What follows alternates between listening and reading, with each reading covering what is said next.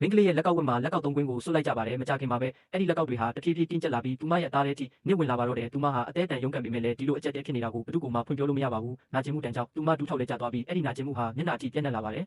ဘေးကလူတွေကသူမကိုကူညီဖို့ရှိတိုးလာပြီးလက်ကောက်တွေကိုချုပ်ပေးဖို့ကြိုးစားကြပေမဲ့လည်းမရပါဘူးဒီအခြေအနေကိုထိန်းချုပ်ဖို့ဆိုတာတကယ်ကိုစွန့်စားရမယ့်အလုပ်တစ်ခုပါအဲ့ဒီနောက်မှာတော့သူမရဲ့မျက်လုံးတွေဟာနီးရဲလာပြီးအနီရောင်လင်းတန်းတွေထွက်လာပါတော့တယ်အဲ့ဒီအလင်းတန်းတွေကပတ်ဝန်းကျင်ကအယောင်အားလုံးကိုစုပ်ယူလိုက်တဲ့အတွက်အရာအားလုံးဟာအဖြူအမဲတွေဖြစ်သွားပါတော့တယ်တကယ်ကိုအံ့ဩတုန်လှုပ်စရာပါပဲ